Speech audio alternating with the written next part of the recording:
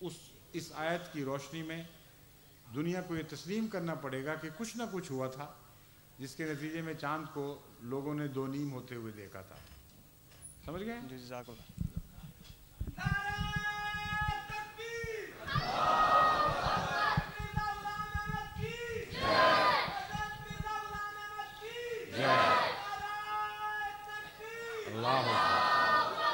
السلام علیکم حضور. فرمائیے. پچھلے مہینے ہمارے تبلیغی اسٹال پہ ایک جرمن دوست آئے تو انہوں نے اصل میں یہ سوال کیے ہم سے حجر اسود کے بارے میں. پہلے تو ان کا سوال یہ تھا کہ کیا قرآن مجید میں اس کا ذکر ہے، اور اس کے بعد انہوں نے دوسرا سوال کیا کہ اس کی اسلام سے پہلے کیوں اہمیت تھی اور اسلام کے بعد بھی اس کی اب تک اہمیت ہے اور مسلمان اس کو چومتے بھی ہیں. تو ہم نے بہرحال جو اسلامی تاریخ کا مطالعہ کیا، ہم نے ان کی تسلی بھی کروائی اور مربی صاحب سے بھی رابطہ کیا. تو لیکن پھر بھی ہماری جماعت میں اس کے متعلق تھوڑی سی بحث بھی ہوئی بعد میں. تو سوال میرا یہ ہے کہ کیا آپ اس پہ مزید روشنی ڈال سکتے ہیں، کیونکہ جب پتھر کو چومتے ہیں. سن گیا آپ کی اس موضوع پہ تو میں اتنی دفعہ بات اظہار خیال کر چکا ہوں، مجھے تعجب ہے کہ آپ تک خبر کیوں نہیں پہنچی ابھی تک. نہیں حضور وہ ٹھیک ہے، لیکن اس پہ ہماری جماعت میں چند دوست ایسے تھے جنہوں نے کہا کہ حضور سے بھی چونکہ یہ موقع ہے. میں نے ہی بتایا ہے کہ میں خود کئی دفعہ اس موضوع پہ روشنی ڈال چکا ہوں. ٹھیک. آپ کی جماعت تک خبر نہیں پہنچی. اس پر ایک لوگوں کی تھکاوٹ دور کرنے کے لطیفہ سنا دوں. ایک دفعہ افغانستان کے ایسے علاقے سے ایک آدمی پشاور آیا جہاں شیعہ کا کوئی وجود نہیں تھا. کبھی اس نے ساری عمر ماتم ہوتے نہیں دیکھا تھا، تعزیہ کا ماتم وغیرہ. اتفاق سے اس دن شیعہ تعزیہ کر رہے تھے اور جس طرح دستور ہے پاکستان میں وہ چھاتی پیٹ رہے تھے اور بہت بڑا جلوس تھا. وہ سمجھا کہ بہت بڑا کوئی آدمی فوت ہوا ہے جو اتنا بڑا شہر ماتم کر رہا ہے. اس نے پوچھا کہ بتاؤ کون فوت ہوا ہے؟ تو انہوں نے کہا حضرت امام حسین. اس نے کہا اچھا یہ خبر یہاں اب پہنچی ہے؟ 1300 سال ہو گئے آج اطلاع پہنچی ہے. تو بعض جگہ واقعات تو ہوئے ہوتے ہیں، اطلاعیں نہیں پہنچتی. صحیح. اب میں مختصراً بتا دیتا ہوں. سوال کی وہاں بحث ہوئی ہے، اختصار سے پہلے مجھے وہ بتائیں تاکہ میں ایسا جواب دوں جس کا اس بحث سے تعلق ہو. اصل میں جو میں وسیع پیمانے پر اس پر روشنی ڈالتا رہا ہوں. اصل میں جو جرمن دوست تھے انہوں نے تو اس بات پہ انسسٹ کیا کہ قرآن مجید سے ہمیں کوئی آیت دکھائیں یا قرآن مجید میں اگر اس کا ذکر ہے اس میں تو بحث کا سوال ہی نہیں. قرآن کریم میں اس کے ذکر نہیں ہے، کوئی ذکر نہیں ملتا، حجر اسود کا کوئی نام نہیں ملتا. جی اصل میں ہماری جو بحث ہوئی وہاں پہ وہ پتھر چومنے کی وجہ سے ہوئی. وہاں پہ وہ کہتے ہیں جی بعض اوقات جو غیر مسلم دوست ہیں وہ امپریشن لے لیتے ہیں کہ جس طرح ہندو جو ہیں وہ پتھر کو پوجتے ہیں اس طرح اگر مسلمان اس پتھر. تو عام کثرت سے لوگوں میں معلوم ہے، جب مختلف وقت میں علماء بھی اظہار خیال کر چکے ہیں اور احادیث بھی جماعت کے لیکچروں میں پیش کی جاتی ہیں. حدیث تو نہیں کہنا چاہیے، اثر یعنی حضرت عمر کی روایت. حضرت عمر رضی اللہ تعالیٰ عنہ نے حجر اسود کو دیکھتے ہوئے کہا کہ تو ایک پتھر ہی تو ہے، تیری کوئی حیثیت نہیں.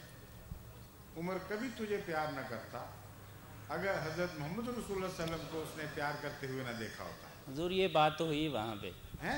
ہاں تو یہ جب علم ہے آپ کے علم میں بات ہے. جی اصل اب میں آپ کو مختصر پس منظر بتاتا ہوں. حضرت صلی اللہ علیہ وآلہ وسلم نے ایک موقع پر فرمایا کہ حجر اسود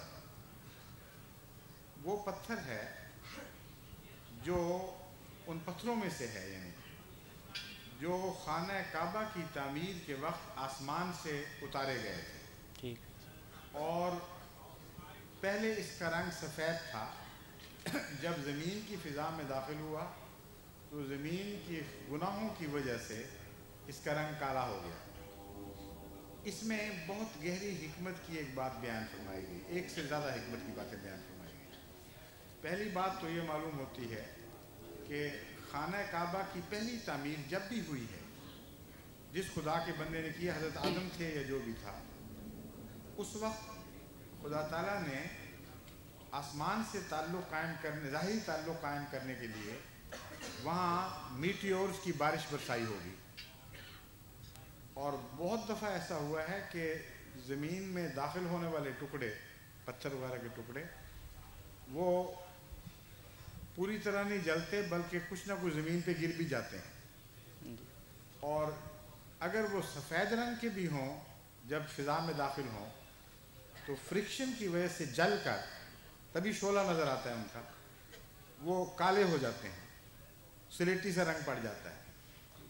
تو آن حضرت صلی اللہ علیہ وآلہ وسلم نے جو پردہ اٹھایا ہے اس مضمون سے، وہ یہ بنتی ہے بات کہ خدا تعالیٰ نے یہ فیصلہ کیا کہ پہلا گھر جو میری عبادت کے لیے قائم کیا جائے، اس کے پتھر بھی زمین سے استعمال نہ ہوں بلکہ جب سے آئیں۔ جب وہ فضا میں داخل ہوئے تو وہ جل کر رنگ بدل گئے، اور ان پتھروں سے پہلی بنیاد ڈالی گئی ہے خانہ کعبہ کی۔ حضرت ابراہیم علیہ السلام نے جب خانہ کعبہ کی تلاش کی تو وہ سطح عرض سے مٹ چکا تھا، اور بڑی مشکل سے کھنڈروں کی تلاش کی آپ نے، ایک آدھ دیوار تھوڑی سی قائم تھی، باقی سب ختم ہو چکا تھا۔ میرا یہ تاثر ہے کہ یہ پتھر حجر اسود کا اسی کا بقیہ، اسی کا تبرک ہے، اور چونکہ پہلے واقعہ کی یاد دلاتا ہے، اور خدا تعالیٰ نے آسمان سے خالصتاً اپنے بیت کی تعمیر کے لیے بھیجا تھا، اس محبت کے نتیجے میں، نہ کہ نعوذ باللہ عبادت کے رنگ میں، رسول اللہ صلی اللہ علیہ وسلم نے اس کے بوسے لیے، اور یہی رواج پھر آگے چل پڑا۔ یہ باتیں میں آپ کو عرض کر رہا ہوں کہ میں اس سے پہلے کئی دفعہ بیان کر چکا ہوں۔ یہ حضور یہ بات ہوئی جماعت ہے نا؟ یہ جماعت میں ہوئی یہ بات، لیکن اس میں ایک جو بنیادی چیز تھی، بعض کا تھی یہ غیر مسلم دوست اعتراض کرتے ہیں چومنے کی وجہ سے، ہم نے یہ ان کو بھی بات نہیں، چومنے کی، وہ جس سے محبت کرتے ہیں اس کی تصویر چوم لیتے ہیں، اس کے کپڑے چوم لیتے ہیں، وہ شرک نہیں ہوتا، اور خدا کا اتارا ہوا پتھر اگر چوم لے تو وہ شرک بن جاتا ہے، جاہلانہ بات ہے۔ ٹھیک، شکریہ، محض محبت کا اظہار ہے۔ ٹھیک،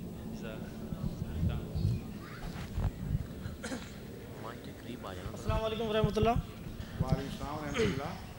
حضور سوال یہ ہے کہ ہم یہاں جرمن میں تو کئی دوست ہمارے سوال کرتے ہیں کہ سور کھانا شوائن جو ہے کیوں حرام ہے؟ جرمن کہتے ہیں کہ یہ بھی ایک خدا کا بنایا ہوا جانور ہے، اسلام نے آخر اس کو کیوں حرام قرار دیا؟ اس کی عقلی دلیل کیا ہے؟ خدا کا بنائے ہوئے تو وہ کیڑے بھی ہیں جو گو کے اندر پھرتے ہیں، وہ شیطان نے بنائے ہیں۔ وہ کہتے ہیں کہ اس کی عقلی دلیل تو آپ جو اس کو نہیں کھاتے آپ لوگ۔ نہیں، آپ کی عقلی دلیل کا جواب تو میں نے دے دیا نا۔ جی جی، کہ جو خدا نے چیز بنائی ہے کھا جاؤ، جرمن نہیں خدا نے بنائے، جی جی صحیح ہے، ان کو بھی کھا جائیں گے آپ۔ آج کی مجلس میں اس کا میں جواب دے چکا ہوں۔